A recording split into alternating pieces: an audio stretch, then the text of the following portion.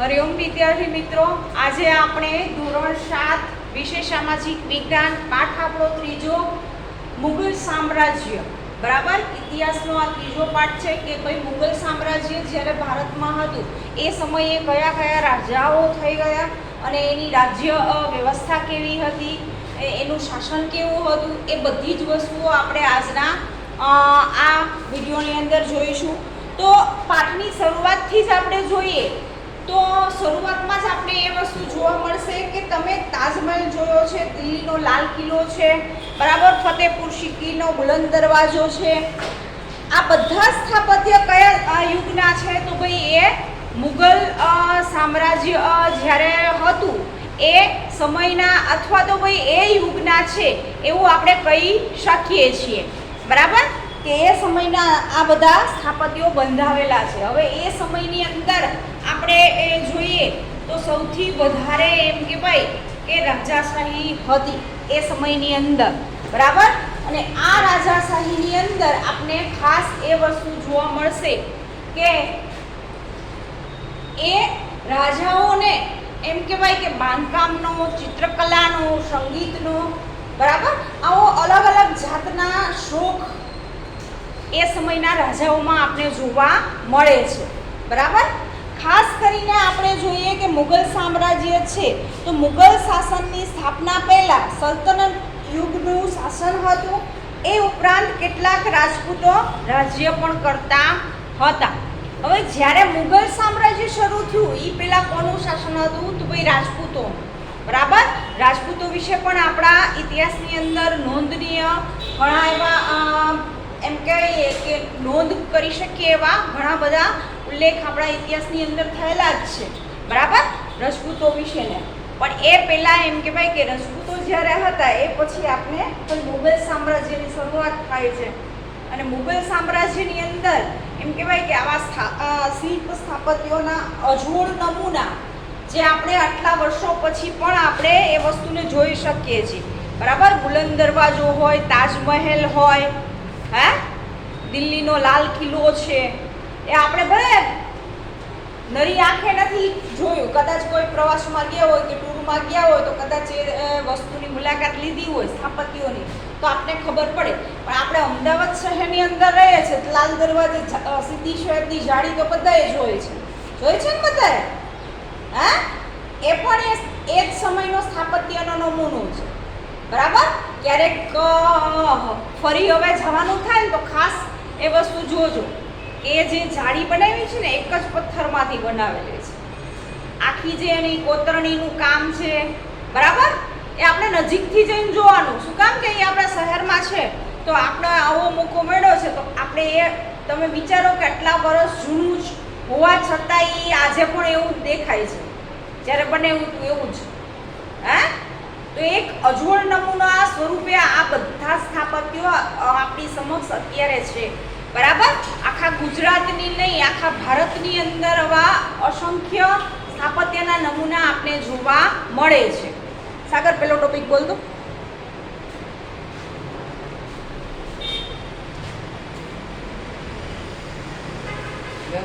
મુગલ સલ્તનતની સ્થાપના ભારતમાં મુગલ સામ્રાજ્યની સ્થાપના ઈસવીસન 1926ના બાબરે કરી હતી। તેના મૂળ નામ જહુર મુહમ્મદ બાબર હતું। બાબર અને ઇલ્તબહારી લોહી વચ્ચે પાણીપતનું યુદ્ધ થયું હતું 20મી એપ્રિલે 1526ના, જેને પાણીપતના પ્રથમ યુદ્ધ તરીકે ઓળખવામાં આવે છે। બાબરે આ યુદ્ધમાં પોતાનો ઉપયોગ કરી ઇબ્રાહિમના લોહીને રહેવા દે અને ભારતના મુગલ સામ્રાજ્યની સ્થાપના કરી હતી। મુગલ શાસકો બાબર, હુમાયું અને એકદર અને જહાંગીર, શાહજહાં અને ઔરંગઝેબનો સમાવેશ થયો હતો। હવે એ સમયની આપણે વાત કરીએ તો એ સમયની અંદર મુગલ સલ્તનતની સ્થાપના ક્યારે થઈ આવું જ્યારે પૂછવામાં આવે તો આપણે યાદ રાખવાનું છે 1500. આ સાલ આપણે ભૂલાવી જોઈએ નહીં. ખાલી જગ્યામાં હશે, એક બે વાક્યમાં હશે, બરાબર, તો આપણે યાદ રહેવી જોઈએ. ભાઈ મુગલ સલ્તનત છે એની સ્થાપના બાબરે કરી હતી અને ઈસવીસન 1526માં, બરાબર.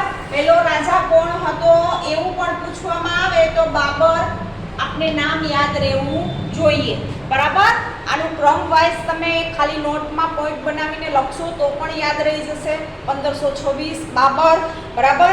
એ ક્રમ વાઇઝ આપણે આપેલું છે. 20 એપ્રિલ 1526 એમ કહેવાય કે પાણીપતના યુદ્ધની અંદર બાબર અને ઇબ્રાહિમ લોદી વચ્ચે યુદ્ધ થયેલું આપણે જોવા મળે છે. નવું તમારી માટે શબ્દ છે, પાણીપતનું યુદ્ધ આવ્યું હતું, બરાબર. આ યુદ્ધ પણ ક્રમ વાઇઝ આવે છે ઇતિહાસની અંદર. આ પણ વસ્તુ આપણે યાદ રાખવાની છે. કદાચ ક્યાંય કોઈ પણ જગ્યાએ તમને ક્રમ વાઇઝ યુદ્ધ ગોઠવવાનું કહે તો આપણે વસ્તુ યાદ હોય કે 20 એપ્રિલ 1526માં ભાઈ આ યુદ્ધ થયું હતું, પાણીપતનું યુદ્ધ, પછી પ્લાસીનું યુદ્ધ, બક્સરનું યુદ્ધ, આવા ઘણા બધા યુદ્ધો આવશે. હે, તો સળંગ તમને આગળ પાછળ પૂછવામાં આવે તો ભાઈ આપણે યાદ રહેવું જોઈએ. ખાસ વસ્તુ આ મહત્વની છે. પછી જોઈએ મુગલ શાસકો કોણ કોણ હતા. તો મુગલ શાસકોમાં બાબર, હુમાયુ, અકબર, જહાંગીર, શાહજહાં અને ઔરંગઝેબનો સમાવેશ થાય છે.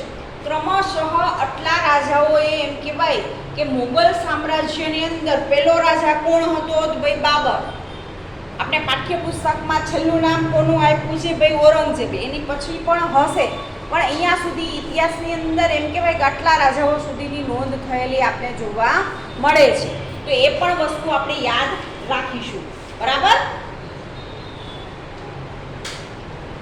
હવે બાબરનો સમય પૂછવામાં આવે તો ભાઈ 1526 થી 1530, બરાબર. 1530 તમે જોઈ લો. 1526 થી 1530 સુધી બાબરે રાજ કરેલું આપણે જોવા મળે છે, બરાબર. કુશાગ બુદ્ધિશાળી હતો. હવે બાબર વિશે તમને લખવાનું કે તો પણ આપણે યાદ રહેવું જોઈએ. અહીંયા આપણે પોઈન્ટ વાઇઝ આપ્યું જ છે ભાઈ. બુદ્ધિશાળી હતો, શક્તિશાળી હતો, એક યોદ્ધા હતો. યોદ્ધા ક્યારે કહેવાય કે જ્યારે એ સંપૂર્ણ રીતે એ વ્યક્તિ એમ કહેવાય કે બધી જ રીતે હોશિયાર હોય ત્યારે યોદ્ધા આપણે કહીએ છીએ કોઈ પણ વ્યક્તિ, બરાબર. બધી જ વસ્તુઓનું જ્ઞાન ધરાવતો હોય. એને યુદ્ધના મેદાનમાં મૂકો કે પ્રજાનું રક્ષણ માટે મૂકો કે પ્રજાની વચ્ચે કામ કરવા માટે મૂકો, બરાબર, તો તમે એક સારા યોદ્ધા કહી શકાય, બરાબર. તો એક સારો યોદ્ધા અને એક બુદ્ધિશાળી વ્યક્તિ હતો. કયા સમયે કયું કામ કરવું, કઈ રીતે કરવું, બરાબર, એ બધી જ વસ્તુઓ એમ કહેવાય કે બાબરમાં હતી એવું આપણે કહી શકીએ છીએ. ફારસી અને અરબી ભાષાના જાણકાર, પ્રકૃતિ પ્રેમી લેખક હતો. તેણે આત્મકથા તુઝુક એ બાબરી લખી હતી જે વિશ્વ સાહિત્યની પ્રસિદ્ધ કૃતિ છે. એક સારો એવો લેખક પણ હતો. જો એક રાજા તો હતો, એનામાં કેટલા સારા ક્વોલિટી, સારા ગુણો હતા એ વસ્તુ આપણે જોવા મળે છે. એક સાહિત્ય પ્રેમી, પ્રકૃતિ પ્રેમી એટલે કે ભાઈ કુદરતી જે વસ્તુઓ છે એ એને બહુ ગમતી હતી. કુદરતી નેચરલી જે વાતાવરણ છે એ વાતાવરણમાં રહેવું, બરાબર, એનું વર્ણન કરવું એ બધું જ એને બહુ ગમતું હતું, બરાબર. પ્રકૃતિ પ્રેમી એટલે કે ભાઈ પ્રાણીઓ છે, પક્ષીઓ છે, જંગલ છે, બરાબર, જે કુદરતી આપણે વસ્તુઓ મળે છે એ વસ્તુઓ એને જોવી બહુ ગમતી હતી. એની સાથે રહેવું વધારે ગમતું હતું, બરાબર. એનું વર્ણન લખવું ગમતું હતું. પછી એને પોતાની એમ કહેવાય કે ભાઈ આત્મકથા લખેલી છે. આ નામ પણ લોંગ ટાઈમ માટે યાદ રાખવાનું છે, બરાબર, કે બાબરની આત્મકથાનું નામ શું છે કે ભાઈ આપણે યાદ રહેવું જોઈએ. પછી છે એના પછીનો રાજા છે બીજો હુમાયુ, બરાબર. હુમાયુ છે તો એનો સમયગાળો આપણે જોઈએ તો ભાઈ 1530 થી 1540.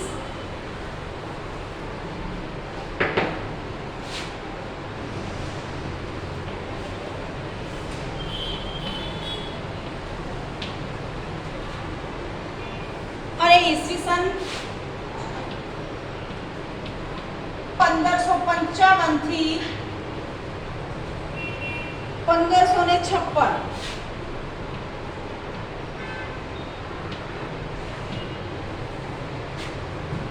બોલો મોટેથી બોલજો.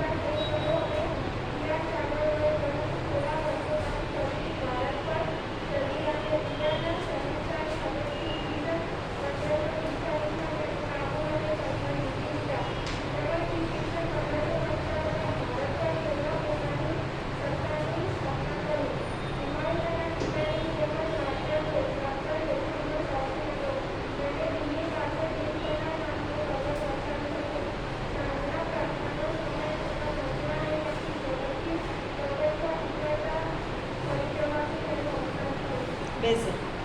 હવે આપને ખબર જ છે કે મુગલ સામ્રાજ્ય હોય અથવા તો કોઈ પહેલાના સમય હોય તો એ સમયે કેવું હતું, કોઈ વંશ પરંપરાગત એમ કહેવાય કે રાજગાદી અને એનો જે રાજવહીવટ છે એ સોંપવામાં આવતો હતો.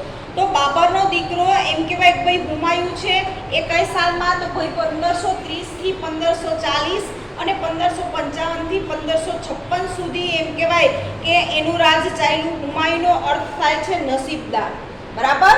એના શબ્દનો અર્થ પણ પૂછવામાં આવે કે ભાઈ હુમાયું શબ્દનો અર્થ શું થાય, તો ભાઈ નસીબદાર. એ વસ્તુ પણ આપણે યાદ રાખીશું. પછી આપ્યું છે કે જીવનમાં એક મુશ્કેલીઓનો સામનો કરવો પડ્યો હતો, અનેક મુશ્કેલ, બરાબર. તેને એમ કહેવાય કે ગુજરાતના સુલતાન બહાદુર શાહ જફર અને બિહારના શક્તિશાળી શાસક શેરશાહ સામે યુદ્ધ કર્યું હતું. હવે જુઓ, એ સમયમાં મેં તમને કીધું કે પોતાની સત્તા છે એ વધારવા માટે, પોતાનો વિસ્તાર વધારવા માટે અવારનવાર આવા અસંખ્ય રાજાઓ હતા જે એમ કહેવાય કે એકબીજા સાથે યુદ્ધો કરતા હતા. તો હુમાયુએ પણ એમ કહેવાય કે આવા અનુભવ કર્યા.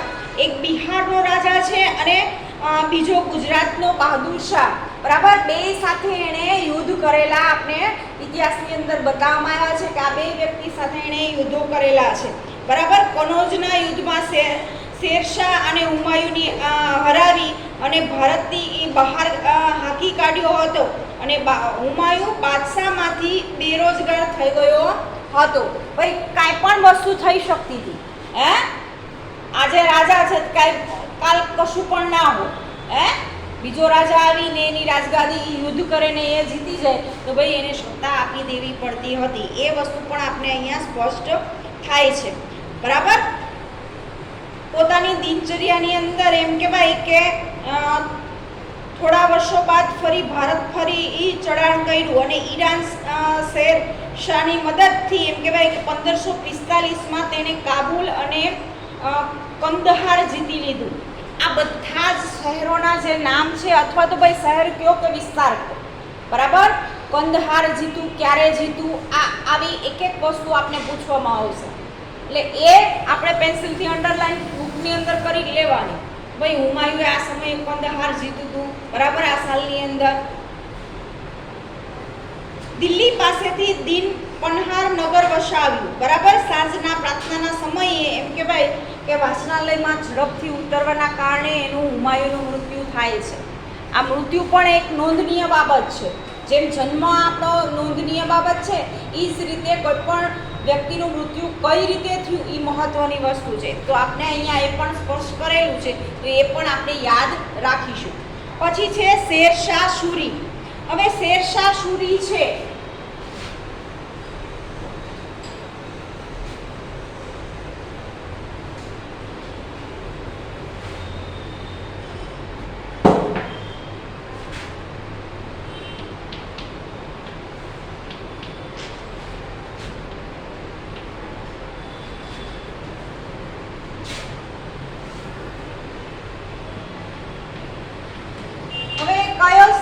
સમયગાળો હતો આપને પૂછવામાં આવે કે ભાઈ આ રાજા કયા સમયની અંદર થઈ ગયો, તો આપણે યાદ રાખીશું 1540 થી 1545.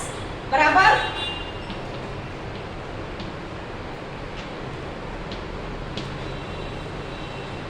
બોલો મોદી.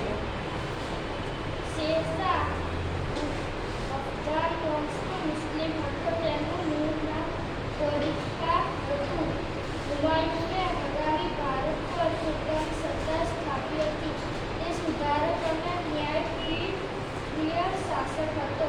ડાકુ લૂંટારાઓને અંકુશમાં લઈ તેના રાજ્યમાં શાંતિની સ્થાપના કરી. નવી ટપાલ વ્યવસ્થા ઊભી કરી. તેણે વેપારીઓનો યાત્રાળુઓ માટે ધર્મશાળાઓ બંધાવી હતી.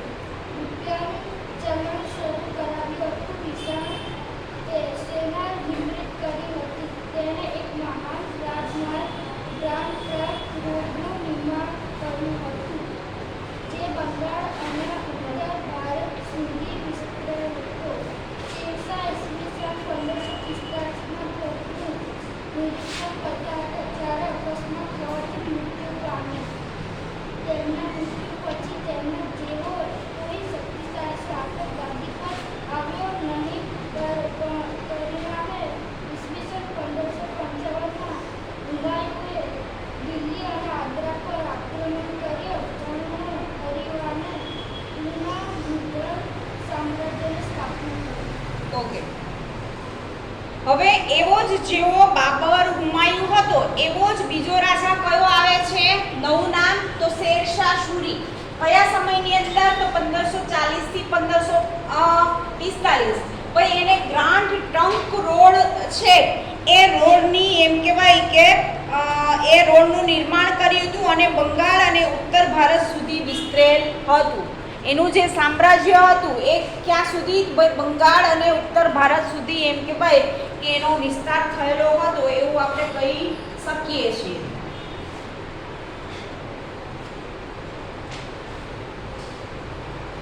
તોપોનું નિરીક્ષણ કરતા, બરાબર, અકસ્માત થવાથી મૃત્યુ થયું. તેમનું મૃત્યુ પછી તેમના એમ કહેવાય કે શક્તિશાળી શાસક એના જેવો એમ કહેવાય કે રાજાઓની અંદર શક્તિશાળી હોવું ખૂબ જરૂરી છે. શક્તિશાળી, પરાક્રમી, બુદ્ધિશાળી, આ બધા જ શબ્દો આપણા માટે એમ કહેવાય કે એ સમયના રાજાઓ માટે ખાસ વપરાતા હતા કે આ બધી જ વસ્તુઓ હોય તો એ એમ કહેવાય કે સારા યોદ્ધામાં એની ગણતરી થતી હતી.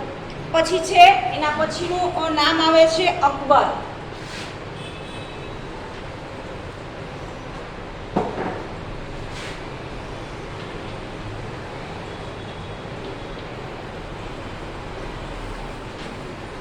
ઈસવીસન 1556 થી ઈસવીસન 1605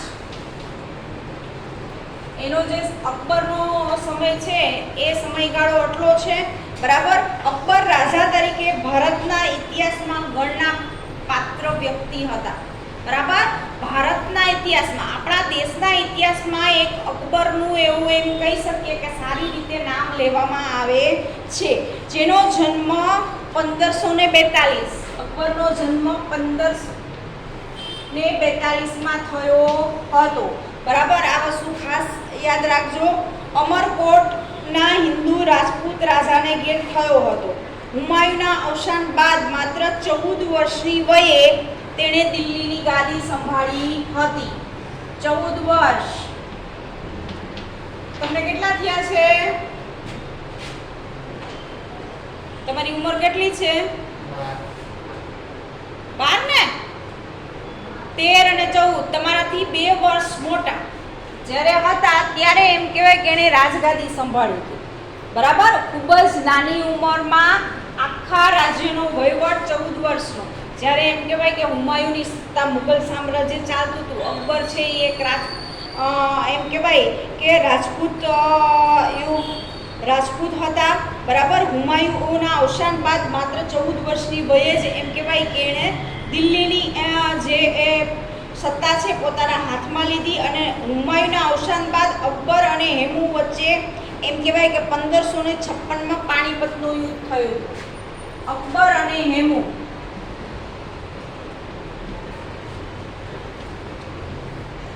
પાણીપત યુદ્ધ.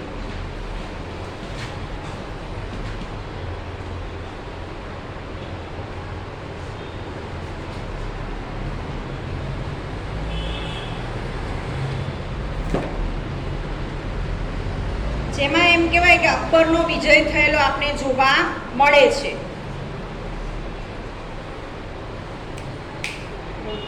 પાછળ નજીક આવીને બોલ, મોટા અવાજે હો.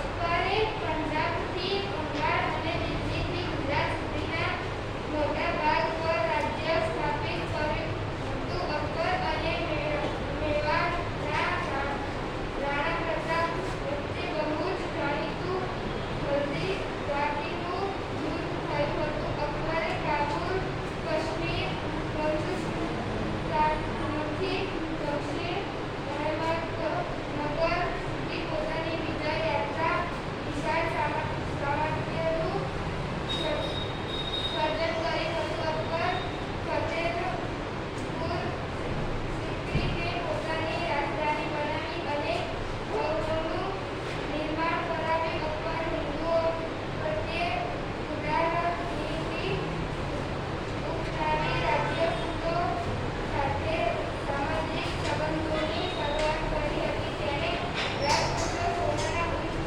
પદો પર નિમણૂક કરી હતી.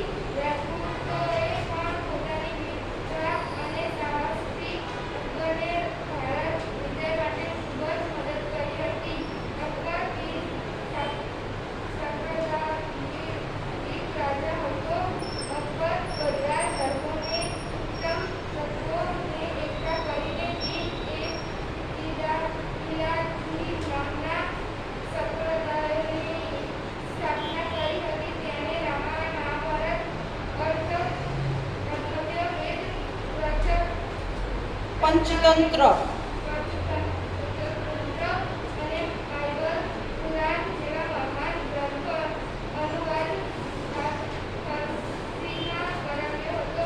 અકબર સમાજ સુધારક પણ હતો. તેણે બાળ લગ્ન અને સતી પ્રથાનો વિરોધ કર્યો હતો. તેણે યાતનાવેરો નાબૂદ કર્યો હતો તથા બળજબરીપૂર્વક ધર્માંતરણ પર પ્રતિબંધ મૂક્યો હતો. અકબર સમયનું ભારત આર્થિક રીતે સમૃદ્ધ હતું.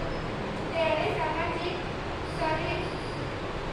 સહિષ્ણુતા યુગનો પ્રારંભ કરાવ્યો હતો. ઈસવીસન 1605માં તેનું અવસાન થયું ત્યારે મોટા ભાગનું ભારત મુગલ સામ્રાજ્યમાં સમાવિષ્ટ હતું. બેસન હવે અકબર પંજાબી, બંગાળ, દિલ્હી, ગુજરાત, બરાબર, આ બધા જ વિસ્તારની અંદર એમ કહેવાય કે એનું રાજ હતું. મેવાડ, રાણા પ્રતાપ, બરાબર, શક્તિશાળી દક્ષિણ અહેમદનગર પોતાના વિજય યાત્રા કરી હતી. વિશાળ સામ્રાજ્ય સર્જન કર્યું હતું. અકબરે ભલે પોતા એમ કહેવાય કે નાની ઉંમરનો હતો ત્યારથી એને શરૂઆત કરી. તમે વિચાર કરો કે એનું સામ્રાજ્ય એ દિવસે ને દિવસે વધારતો હતો. ભાઈ પોતાનો વિસ્તાર એને એ નકશાની અંદર આ બધી જ વસ્તુઓ તમે જુઓ તો ભાઈ એનું સામ્રાજ્ય બધી ધીમે ધીમે બધા તરફ બધી દિશામાં વિસ્તરતું જતું હોય એવું આપણે લાગે છે. બરાબર. અકબર હિન્દુ પ્રત્યે ઉદાર નીતિ અપનાવી હતી. રાજપૂત અને સામાજિક સંબંધો શરૂઆત કરી હતી. ભાઈ અકબરે એક મહત્વપૂર્ણ શરૂઆત કરેલી આપણે જોવા મળે છે કે ભાઈ એ હિન્દુ પ્રત્યે એમ કે ભાઈ ભલે પોતે મુસલમાન હતો, બરાબર, કે પોતે ભલે બીજી કાસ્ટનો હોવા છતાં પણ એમ કે ભાઈ કે એ સમયની અંદર આપણે ખબર જ છે કુરિવાજ, બરાબર, છૂઆછૂત ને આ બધું એ સમયે વધારે જોવા મળતું હતું. છતાં પણ આ રાજાએ એક એવી શરૂઆત કરી કે જેના કારણે એમ કહેવાય કે લોકો વચ્ચે ભાઈ હળવા મળવાનું એ બધી વસ્તુઓની શરૂઆત થઈ. હે એ મોટું આપણે ઉદાહરણ આપે છે. પછી છે કે સંબંધો રાજપૂત સેનાના ઉચ્ચ પદો પર નિમણૂક કરી રાજપૂતોને પણ પોતાની વીરતા અને સાહસિકતા અકબરે ભારતના વિજય માટે ખૂબ જ મદદ કરી હતી. બરાબર, આપણે જોઈએ કે એને રાજપૂતોને મોટી પોસ્ટ આપી અને એને વીરતા સાબિત કરવા માટે. બરાબર, ભારતની અંદર ભાઈ કોઈ પણ એવી વસ્તુ નથી કે એવા લોકો નથી કે ભાઈ એ વીર ના હોય, એટલે કે ભાઈ હોશિયાર ના હોય. બરાબર, એ અર્થમાં અહીંયા લેવાનું છે. ભાઈ એને ચાન્સ આપ્યો, ભાઈ આ લોકોને પણ ચાન્સ આપો, ભાઈ એમાં પણ એમને સફળતા મળી. બરાબર, હવે આપણે ખબર જ છે કે કોઈ પણ વસ્તુ કરવી હોય તો ભાઈ આપણે ભેગા થઈને કરીશું તો ભાઈ આપણે કોઈ હરાવી શકશે નહીં. બરાબર, જુદા જુદા લડવા જશું તો આપણે બધા પાછા જ આવવાના છે. પણ જ્યારે એમ કહેવાય કોઈ પણ પરિસ્થિતિ હોય અને ભેગા થઈ અને એક થઈને લડીશું તો ભાઈ સામેવાળાને આપણે હાર ચોક્કસપણે આપી શકીશું. એ વસ્તુ અહીંયા છે. પછી છે અકબર બિન સાંપ્રદાયિક રાજા હતો. બરાબર, એને કોઈ એવું નહોતું ભાઈ આ ધર્મ પ્રત્યે જ મહત્વ, એ બધા જ ધર્મને મહત્વ આપતો હતો. ખાસ તમે જુઓ બધા જ પુસ્તકો એને વાંચેલા છે. રામાયણ, મહાભારત, અર્થવેદ, પંચતંત્ર, બાઇબલ, કુરાન, મહાન ગ્રંથોનો અનુવાદ કરવો એટલે કે બીજી ભાષામાં ભાષાંતર કરવું. બરાબર, એ આપણી ભાષા તો જાણતો હતો પણ એની સાથે સાથે ફ્રાન્સની ભાષા જાણતો હતો એટલે એ ભાષામાં એને અનુવાદ કર્યો. આ બધા જ ગ્રંથો એ ભાષામાં એને લખ્યા. અનુવાદ કરવાનો અર્થ શું થાય છે કે ભાઈ ભાષા બદલી. બરાબર, તમે જુઓ છો ને હિન્દી પિક્ચર હોય તો એનું ડબિંગ બીજી ભાષામાં પણ આપણે જોવા મળે છે ને. તો એ જ રીતે આપણી રામાયણ આપણે ગુજરાતીમાં જોઈએ છીએ. બરાબર, રામાયણ તમે સિરિયલ જોઈ હતી ને, હિન્દીમાં પણ છે, ગુજરાતીમાં પણ છે. બરાબર, દરેક ભાષાની અંદર એમ કહેવાય કે ભાઈ એનું ભાષાંતર થયેલું આપણે જોવા મળે છે. પુસ્તકમાં પણ એવું છે. બરાબર, અને આ બધા જ ગ્રંથો કેવા છે, આપણા બધા જ હિન્દુ સંપ્રદાયના મહત્વના સારામાં સારા ગ્રંથો કહી શકીએ છીએ. રામાયણ, મહાભારત, અર્થવેદ, પંચતંત્ર એ. બરાબર, પછી બાઇબલ છે એ ક્રિશ્ચન ધર્મનું એક સારામાં સારું પુસ્તક છે. કુરાન છે એ મુસ્લિમ સંપ્રદાયનું એમ કે ભાઈ કે એક સારામાં સારો ગ્રંથ છે.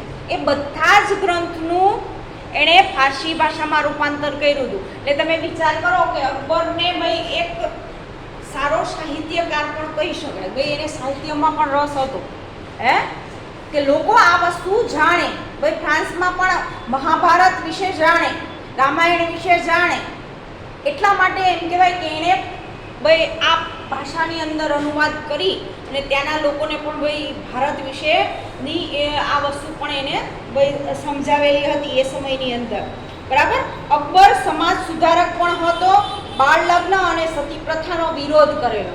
હવે એ સમયની અંદર મેં તમને કીધું ને કે બાળ લગ્ન થતા હતા બહુ જ નાની ઉંમરે. બરાબર, 9 કે 10 કે 12 વર્ષની ઉંમરે લગ્ન કરી દેવામાં આવતા હતા. ક્યારેક તો એવું થાય કે ભાઈ ઘોડિયા મૂકતા હોય ને ત્યારથી નક્કી કરી દઈએ ભાઈ આ બેના લગ્ન થઈ જાય છે. ત્યારથી એમ નક્કી કરી દેવામાં આવે કે ભાઈ આ બેના લગ્ન થાય પછી જીવે મરે એ ગેરંટી હતી નહીં. બરાબર, અત્યારે આપણે જોઈએ છીએ ઘણી બધી પ્રગતિ કરી લીધી છે જેના કારણે બાળ મૃત્યુ દર ઘટી ગયો છે. પણ એ સમયની અંદર બાળ મૃત્યુ દર પણ એટલું થતું હતું. જો એમ કહેવાય કે નાનપણમાં લગ્ન થઈ ગયા હોય અને કદાચ છોકરો મૃત્યુ પામે જેમની સાથે એમ કહેવાય કે ભાઈ લગ્ન નક્કી થયા હોય. બરાબર, તો ભાઈ એ જેની સાથે લગ્ન નક્કી થયો એ છોકરીએ આખી જિંદગી વિધવામાં જ પસાર કરવાની. એ પછી ગમે એ ઉંમરની હોય. બરાબર, મેં તમને કીધું અત્યારે જે એટલે આપણે જોઈએ છીએ કે ભાઈ રસીઓ બધું ઘણું બધું શોધાઈ ગયું છે જેના કારણે બાળ મૃત્યુ દર આપણે ઘટાડી શક્યા છે. પણ એ સમયમાં એવું નહોતું. એ સમયમાં ગમે એ રોગ લાગુ પડી જતો હતો ને એ રોગની દવા પણ નહોતી. બરાબર, દવાઓ એટલી બધી શોધાણી નહોતી કે જેના કારણે આ બધી જ વસ્તુઓ થતી હતી. માણસ ગમે ત્યારે મૃત્યુ થઈ શકતું હતું અને બચાવવું અઘરું હતું. અત્યારે આપણે જોઈએ છીએ ભયંકર બીમારી થઈ હોય તો પણ આપણે છેલ્લી ઘડી સુધી બધા જ પ્રયત્નો કરીએ છીએ ને. વર્તમાનમાં પણ આપણે એક પરિસ્થિતિનો સામનો કરીએ છીએ. ઘણા ફેમિલી મેમ્બર આ વસ્તુનો શિકાર થયા હશે ભાઈ એને ખબર હશે કે હોસ્પિટલમાં આપણે લઈ જઈએ છીએ, આપણાથી બનતી કોશિશ કરીએ છીએ કે માણસ બચી જાય. હે અત્યારની ટેકનોલોજી એવી છે, શોધખોળ એવી છે કે ભાઈ આપણે માણસને બચાવી શકીએ છીએ, પણ એ સમયે એવું વસ્તુ શક્ય નહોતી. બરાબર. તો આ જે પ્રથા હતી સતી પ્રથા, બરાબર, સતી પ્રથા એટલે કે કોઈ પણ વ્યક્તિ છે જો એનો પતિ મરી ગયો હોય ભાઈ એની પત્નીએ પણ એની ચિતામાં ભાઈ જીવતા સળગી જવું, એને સતી પ્રથા કહેવાતી. બરાબર. સતી થવું એટલે ભાઈ પતિ મૃત્યુ પામ્યો છે ભાઈ એની પત્નીએ મરી જ જવા. એવું આપણા એક પણ એમ કે ભાઈ કે ગ્રંથની અંદર લખેલું નથી, પણ એ સમયે આવો રિવાજ હતો. બરાબર. આવી મેન્ટાલિટી હતી લોકોની. હવે વિચારો કે એ વ્યક્તિનો શું વાંક છે કે ભાઈ એને એની સાથે લગ્ન કર્યા એટલે હે એ સ્ત્રીનો શું વાંક છે? બરાબર. કદાચ નાની ઉંમર હોય હે તો ભાઈ એને હજી તો એને ખબર નથી પડી ભાઈ જિંદગી શું છે. એ પહેલા તો એને ભાઈ ચિતા ઉપર બેસાડી દેવામાં આવતી ભાઈ હવે તારે જીવવાનો હક છે નહીં, તમે સતી થઈ જાઓ, ભાઈ તમારો પતિ મરી ગયો છે એટલે તમારે મરી જવાનું. તમે વિચાર કરો કે આવા કુરિવાજો હતા એ સમયના લોકોના, આવા વિચાર હતા. કુરિવાજ એટલે કે ભાઈ આવા વિચારો ધરાવતા હતા એ સમયના લોકો. ખાસ કરીને બાળકીને દૂધ પીતી કરવી, બરાબર, એક આવો પણ કુરિવાજ હતો. કોઈના ઘરે એમ કહેવાય કે ભાઈ દીકરી જન્મે ને તો દીકરીને સીધી દૂધ પીતી કરે. એટલે આપણે એમ થાય કે ભાઈ દૂધ પીતી કરે એટલે શું? હે તમે ક્યારે સાંભળ્યું ના હોય, જોયું ના હોય, એટલે આપણે એમ થાય કે ભાઈ આ વસ્તુ કઈ વસ્તુ થતી હશે? હે તો એ મોટા ભાષણની અંદર આપણે ખબર જ છે કે ભાઈ તાજું જન્મેલું બાળક હોય એને કોઈ વસ્તુની ખબર પડતી ના હોય, એને ખાલી એક રડવાની જ ખબર પડતી હોય છે. હે તો એ સમયે જો કોઈના ઘરે એમ કહેવાય કે ભાઈ દીકરીનો જન્મ થયો હોય તો સીધું એમ કહેવાય કે એ દૂધથી મોટા વાસણમાં દૂધ ભરેલું હોય એમાં સીધું બોળી દેવામાં આવતું. એટલે આપણે ખબર જ છે કે ભાઈ બાળક બહાર ના નીકળી શકે મોટા વાસણમાં રહે. આપણે કેમ પાણીમાં ડૂબી જઈએ તો આપણો શ્વાસ રૂંધાઈને આપણે મૃત્યુ પામીએ છીએ, એ જ રીતે એમ કહેવાય કે ભાઈ બાળકીને દૂધ પીતી કરી દેવામાં આવતી. વિચાર કરો કે મારી નાખવામાં આવતું કે આવો ખરાબ રિવાજ હતો. અને હું તમારી જેમ 7મામાં 8મામાં ભણતી હતી ને એ સમયે આપણી નવી જે ટેકનોલોજીની શોધ થઈ ને એ ટેકનોલોજીનો ઉપયોગ કરી અને ડૉક્ટરો પૈસા ભેગા કરતા હતા. એ સમયે ડૉક્ટરો તપાસ કરી દેતા હતા કે ભાઈ તમને બાળકમાં દીકરી છે કે દીકરો. હે એ સમયે બહુ ચાલ્યું, એનું પરિણામ લોકો અત્યારે ભોગવે છે. આપણો એક પણ સમાજ છે એ સમાજમાં કોઈ એમ કહે છે કે ભાઈ દીકરીઓની અછત નથી? હે કહે છે? નથી કહેતો ને. સૌથી વધારે બધા જ સમાજની અંદર દીકરીઓની અછત છે. હે એનું કારણ એ છે એ સમયની અંદર પણ લોકોમાં આવું હતું. ભાઈ શું કામ કે પહેલાના સમયની અંદર દીકરીઓને દહેજ વધારે આપવું પડતું. અત્યારે તો એ વસ્તુ બધી છે જ નહીં. હે અત્યારે પરિવર્તન થઈ ગયું છે, લોકો ભણતા થયા છે, લોકોમાં જાગૃતિ આવી કે આ બધી વસ્તુ ખોટી છે. હે એટલે આ બધું વસ્તુ દૂર થતી ગઈ. આવા કુરિવાજ જેટલા હતા ને એ બધા દૂર થતા ગયા છે. પણ હજી પણ એમ કહેવાય કે તમે વિચાર કરો કે એ સમયે આવી ટેકનોલોજીનો ઉપયોગ કરી અને લોકો આવું પણ કરતા હતા. ભાઈ ત્યારે પણ એમ કહેવાય કે બાળકીને મારી નાખવામાં આવતી. ખબર પડે ને ભાઈ દીકરી છે તો ભાઈ દીકરીને મારી નાખવામાં આવતી. પછી ભાઈ સરકારને વિચાર આવ્યો કે આ વસ્તુ થશે, બરાબર, આપણે પોતે કરતા હોય ને તો આપણે એ સમય યાદ ના આવે ભાઈ આમાં મારું નુકસાન નથી થતું, પણ ઓલ ઓવર આપણે જોવા જઈએ પછી સરકારે ભાઈ નિયમ કાઢ્યો કે આ વસ્તુ કરવી યોગ્ય નથી. એટલે જોજો જેટલા પણ હોસ્પિટલ હોય ને ત્યાં એ બોર્ડ મારેલો જ હશે કે અહીંયા કોઈ પણ જાતની એવી તપાસ થતી નથી. બરાબર. શું કામ? એ જાણવું એક ગુનાહિત પ્રવૃત્તિ છે. એ ડૉક્ટરથી માંડીને કરનાર વ્યક્તિ સુધી બધા સજાને પાત્ર બની શકે છે. એ વસ્તુ હવે બધાને સમજાય છે કે દીકરીનું મહત્વ શું છે. બરાબર. ખાસ કરીને કોઈ પણ માં હોય તો એ માં છે એ ક્યારેક એવું ઈચ્છે નહીં કે ભાઈ દીકરી વિશે, બરાબર, એ દીકરો હોય કે દીકરી હોય, અત્યારે લોકોને એ વસ્તુની ખબર પડવા માંડી છે એટલે એ જાણતા થઈ ગયા છે. બરાબર. હવે ફરક પડતા નથી. બરાબર. દીકરી હોય તો પણ એને એ જ રીતે ઉછેરે છે જે રીતે દીકરાને ઉછેરે છે. બરાબર. લોકોને સમજાણું ભાઈ આપણે દીકરાઓને જ મહત્વ આપશું, ભાઈ દીકરાઓની વહુઓ ક્યાંથી લાવશું? હે, અત્યારે મોટો પ્રશ્ન છે ને એ આપણા દરેક સમાજની અંદર. હવે લોકોને ખબર પડે છે કે ભાઈ આ જ વસ્તુ આપણે કરી છે તો આપણા પગ કુવાડા ઉપર છે અત્યારે. ને લોકોને જ્યારે સમજાણું છે ત્યારે એ વસ્તુ ભાઈ લેવલ આપવા માંડ્યું છે. ના ના ભાઈ દીકરીઓને પણ ભણાવવી જોઈએ, દીકરીઓને પણ પગભર કરીશું ભાઈ કોઈ પણ પરિસ્થિતિની અંદર ભાઈ એ સામનો કરી શકશે. બરાબર?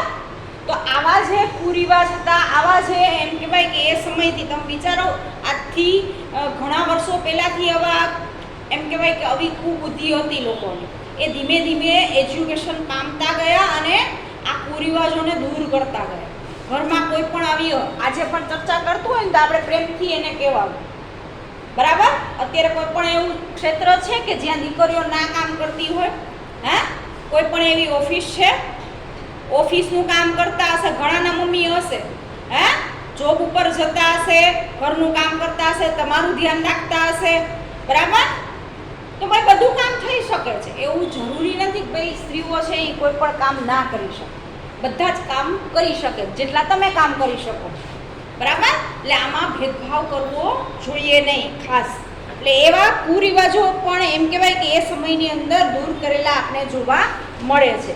પછીનો આપણો પોઈન્ટ છે જહાંગીર. બકા બોલ દો, મોટા અવાજે બોલ દો. અકબરે સ્થાપેલા મહાન સામ્રાજ્યને ચલાવવાનો વારસો જહાંગીરને મળ્યો.